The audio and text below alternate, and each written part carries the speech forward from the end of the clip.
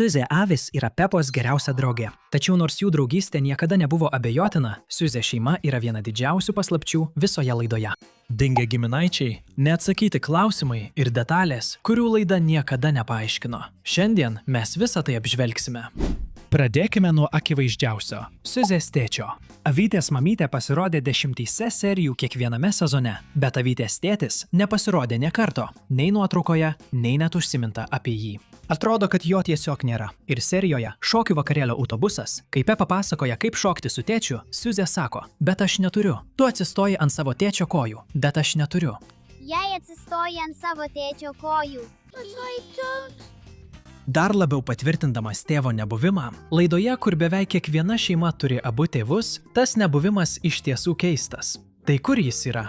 Yra keletas teorijų. Pirmoji teorija yra ta, kad Avinėlio tėtis mirė, todėl Avinėlio mama būtų našlė. Šeimos, kurios neteko artimo žmogaus, dažnai vengia apie jį kalbėti, kad išvengtų skausmo. Todėl būtų paaiškinama, kodėl niekas laidoje jo nemini, net ir pati Siuzė. Antroji teorija yra skyrybos. Ir sprendžiant iš to, kad net pati Siuzė nemini savo tėčio, jei jos tėvai ir išsiskyrė, tai akivaizdžiai nebuvo draugiškos skyrybos. Kad ir kas nutiko, laida apie tai visiškai tylėjo daugiau nei 20 metų.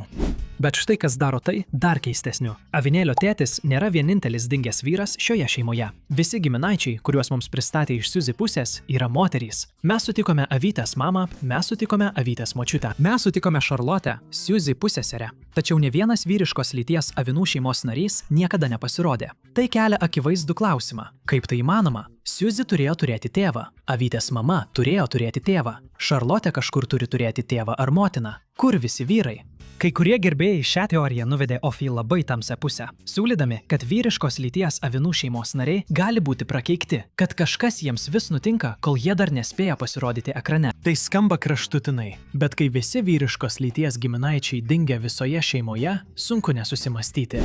Dabar pakalbėkime apie seriją, kurioje avių šeima beveik visam laikui paliko Pepos miestelį. Serijoje Siuzė išvyksta, Avytės mama gauna darbo pasiūlymą kitoje pasaulio pusėje ir ji visiškai pasiruošusi jį priimti. Susikrauna daiktus, atsisveikina, ruošiasi viską palikti. Serijoje niekada nepasakoma, koks iš tikrųjų buvo tas darbas, bet kad ir koks jis buvo pakankamai svarbus, kad Avytės mama dėl jo būtų pasirengusi iš esmės pakeisti visą savo gyvenimą. Galiausiai pasiūlymas žlunga po paskutinės minutės skambučio. Ir čia viskas tampa įdomu. Kai Siuzė paklausia, ar tai reiškia, jie liks Pepos mieste amžinai, Avytės mama atsako taip. Bet ji neatrodo palengvėjusi, ji neatrodo laiminga. Ji atrodo kaip žmogus, kuriam ką tik kažką atėmė. Ir ši reakcija paskatino vieną iš įdomiausių teorijų apie šią šeimą.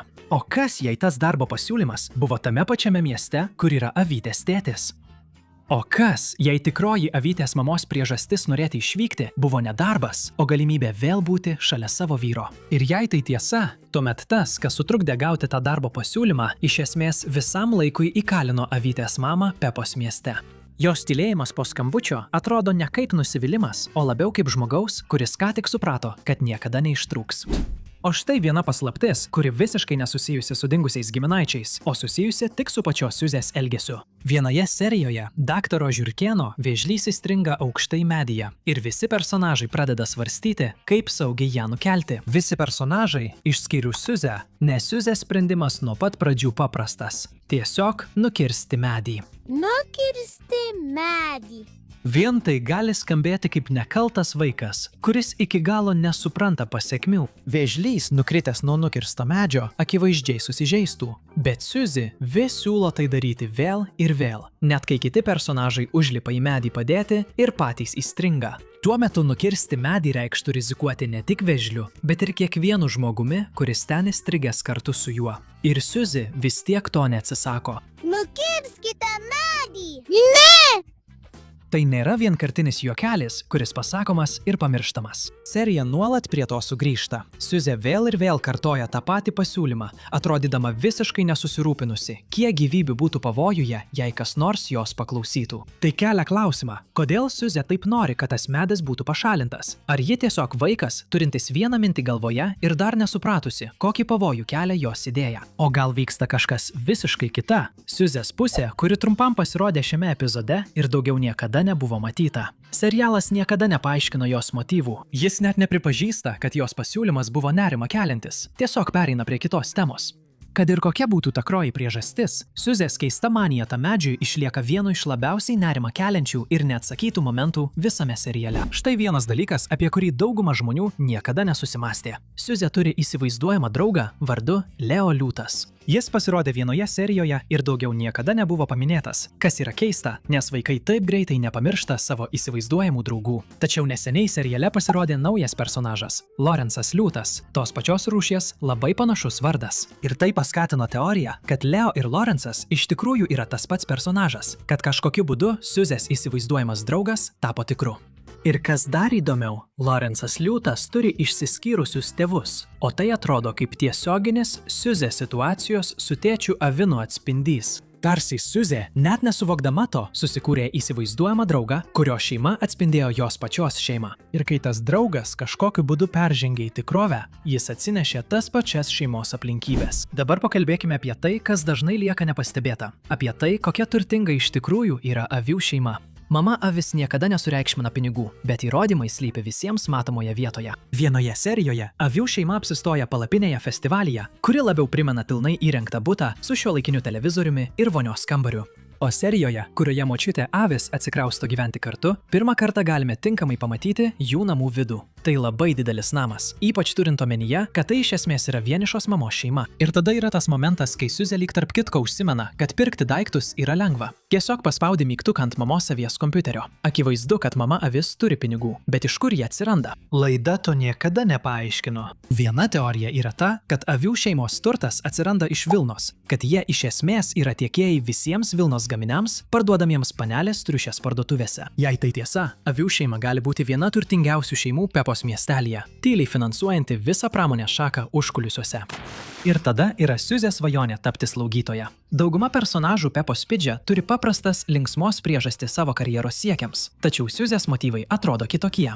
Ji ne tik kartais apsimeta esanti slaugytoja, ji vėl ir vėl grįžta prie šios svajonės su asmenišku rimtumu. Ir serijoje Ligoninė, kai Pedras yra paguldomas, Siuzė pasako pastabą, kad sergantys žmonės gali miegoti labai ilgai. Tai toks konkretus pastebėjimas, kurį pasakytų tik žmogus turintis tikros patirties. Ir tai veda prie teorijos, kuri iš tiesų yra gana liūdna. O kas jei Avinas tėtis nėra miręs ir nėra išsiskyręs, o yra ligoninėje? O kas jei jis jau daugelį metų yra komoje, kažkur už Pepos miestelio ribų? Tai paaiškintų, kodėl Siuzė svajoja keliauti po pasaulį. Ji jo ieško. Tai paaiškintų, kodėl Avino mama buvo taip sugniuždyta, kai darbo pasiūlymas žlugo. Naujasis miestas galėjo būti ten, kur gydomas Avinas tėtis. Ir tai paaiškintų, kodėl Siuzė taip ryžtingai nori tapti slaugytoja. Ir galiausiai pakalbėkime apie papildomą kambarį. Siuzės namuose yra kambarys skirtas tik žaislams. Ne vienas personažas ten nemiega. Niekada nepaaiškinama, kodėl jis ten yra. Pepos namuose Pepa ir Džordžas dalijasi kambariu. Erdvė panaudojama, bet Siuzės namuose visas kambarys stovi tuščias. Kodėl? Viena teorija teigia, kad tas kambarys buvo skirtas kitam vaikui ir jis visada turėjo būti antrasis miegamasis.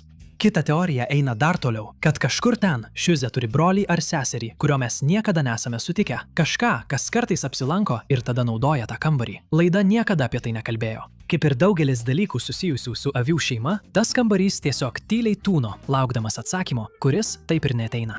Štai ir viskas. Avių šeima yra viena paslaptingiausių visoje Kiaulytės Pepos laidoje. Ar laida kada nors atsakys į kuriuos nors iš šių klausimų, mes nuoširdžiai nežinome. Bet kaip visada, pasimatysime kitame vaizdo įraše.